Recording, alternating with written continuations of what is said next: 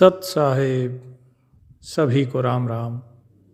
जब कबीर साहेब जी ने लोगों को समझाया कि भाई उस प्रभु से प्रेम करो, क्योंकि ये जो काल है, इस काल का कोई भरोसा नहीं है तुम्हें कब मारे, तुम्हारी गर्दन इसके हाथ में है, ये घर में मारे या बाहर, ये किसी को भी नहीं पता।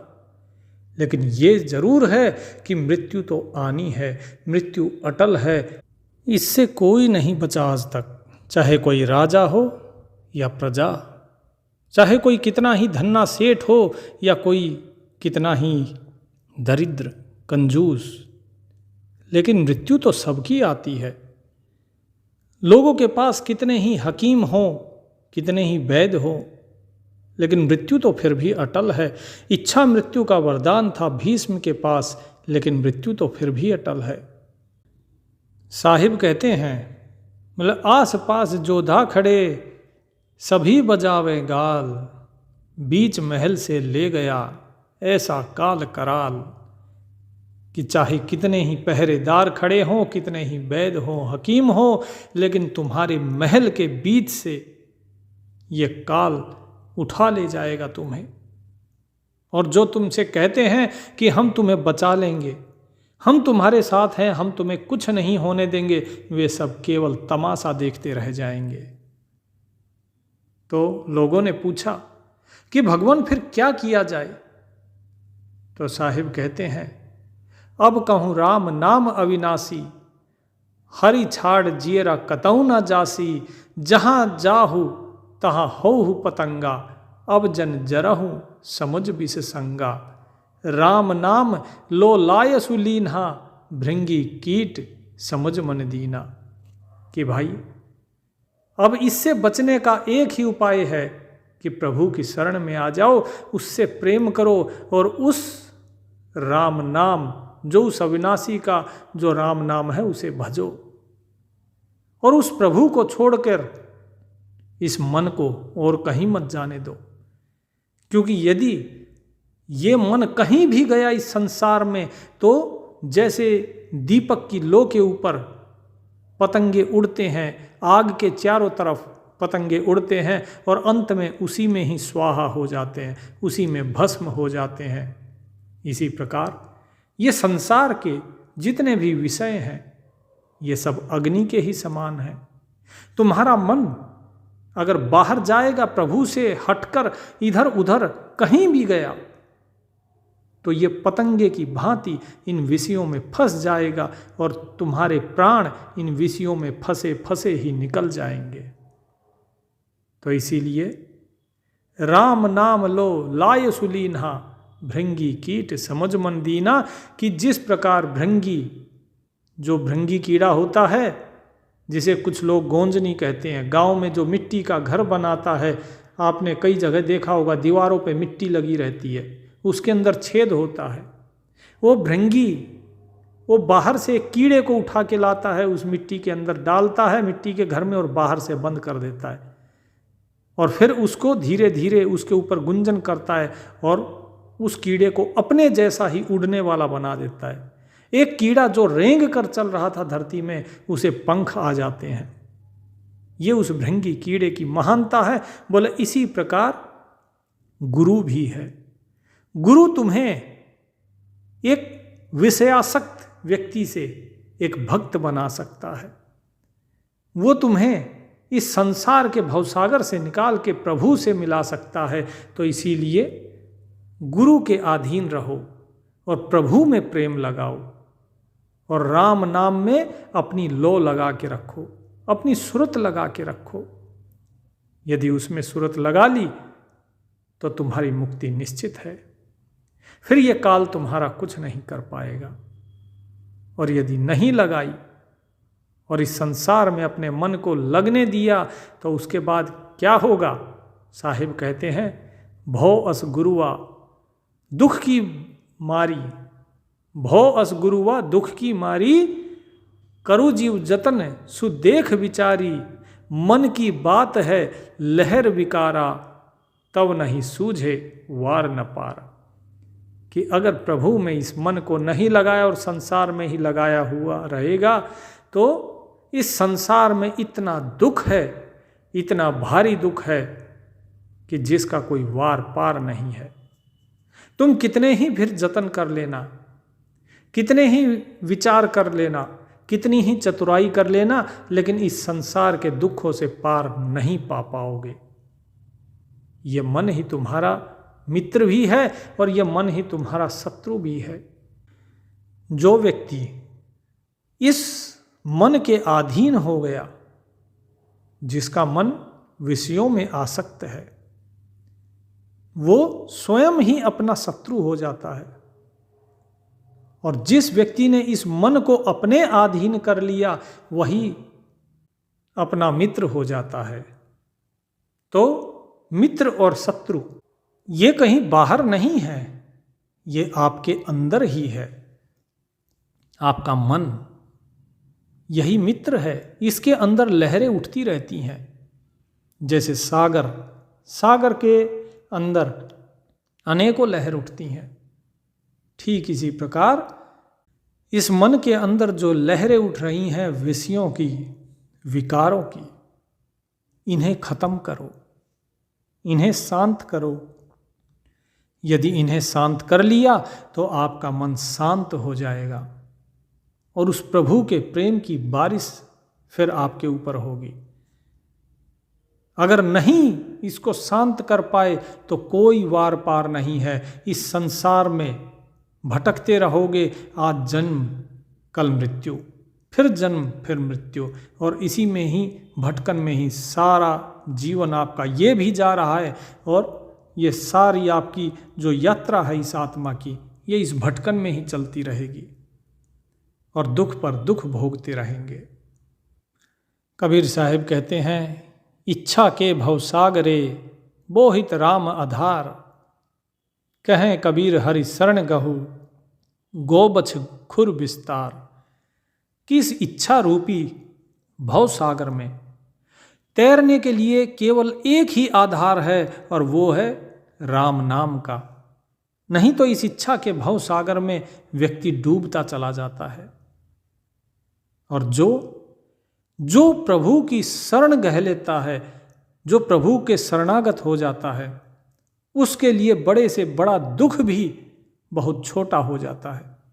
उसके लिए बड़े से बड़ा सागर भी केवल गौ के बछड़े के खुर के समान हो जाता है।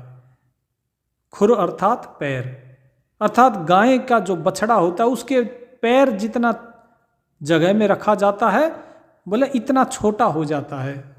कहने का अर्थ है कि उसके लिए सागर को पार करना भी बहुत सरल कार्य होता है। जैसे हनुमान जी सागर पार कर गए केवल प्रभु की शरण लेने से।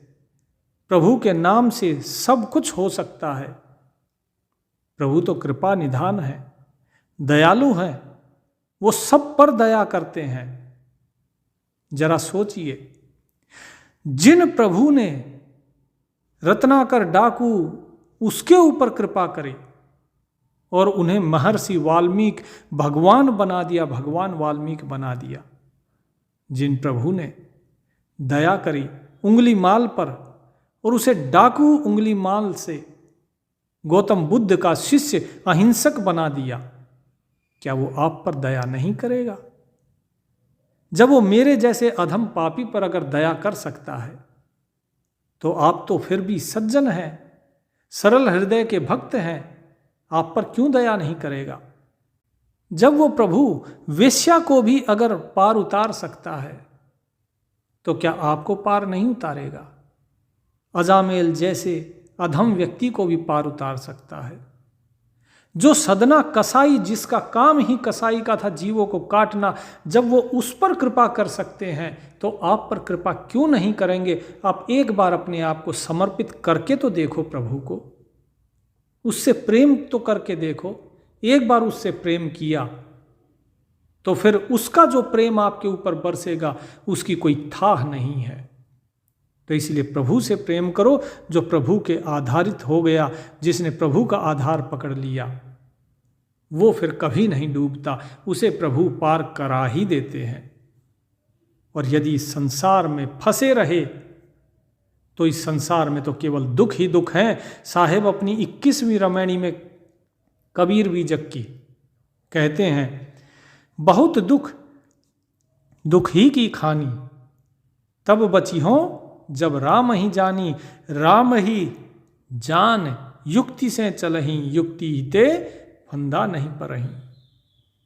ये संसार दुखों की खान है और यहाँ से बचाव तभी हो सकता है जब उस राम को जानोगे, उससे प्रेम करोगे, उसके अधीन रहोगे। उन्हें जानो, उन प्रभु को जानकर और युक्ति से चलो। युक्ति क्या है? युक्ति है नाम सुमिरन, प्रेम और विश्वास के साथ, दास भाव के साथ। यही युक्ति है। और उस युक्ति से अगर चलोगे तो युक्ति ते फंदा नहीं परही, और यदि युक्ति से चले तो काल का फंदा, माया का फंदा, ये आपके गले में नहीं पड़ेगा, इससे बच जाओगे। युक्ति ही युक्ति चला संसारा, निश्चय कहा न मान हमारा।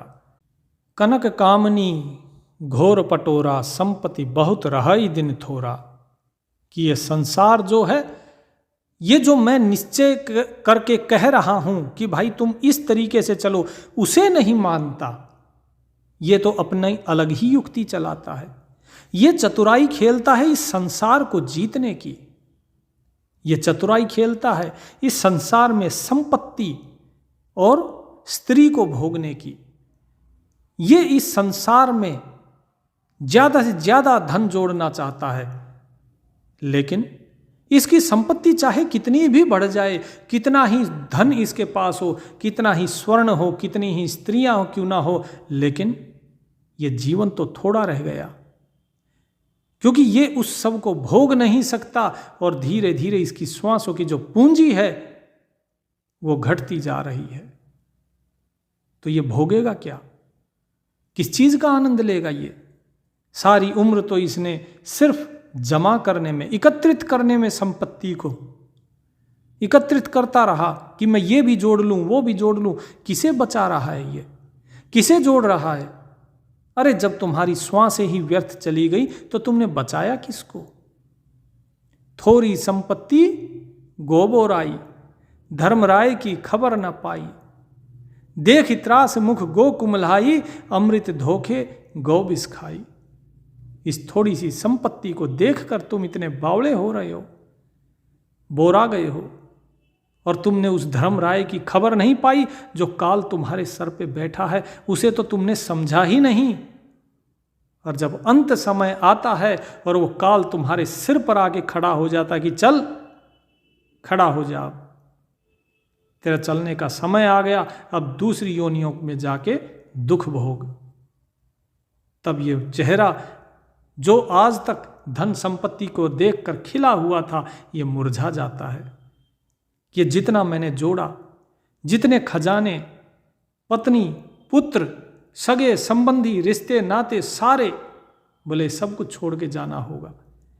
मुझे लगा कि ये सभी अमृत है, लेकिन अमृत के धोखे में मैंने विष खा लिया और मैं अमृत्यु को प्राप्त हो रहा हूं। उस समय इसको चेतना आती है, क्योंकि समय से जो व्यक्ति नहीं चेतता उसकी चेतना फिर जब वो मरणासन्न होता है तभी आती है। लेकिन उस वक्त चेतना आके कोई लाभ नहीं। उस समय तो सिर्फ और सिर्फ वो पछता सकता है, पश्चाताप कर सकता है, और कुछ नहीं। इसीलिए समय रहते प्रभु से प्रेम करो, प्रभु का नाम लो और उसी की मौज में रहो। तो लोगों ने पूछा कि भगवान फिर ये बताइए कि आप जो भी बता रहे हैं कि मन के फंसने से ये जीव फंसता है, तो फिर ये निरंजन कौन है जिसे लोग काल कहते हैं? तो कबीर साहिब कहते हैं, मैं सिरजों में मारता, मैं जारों में खाऊं, जल और थल में मैं रमा, मोर निरंजन नाव।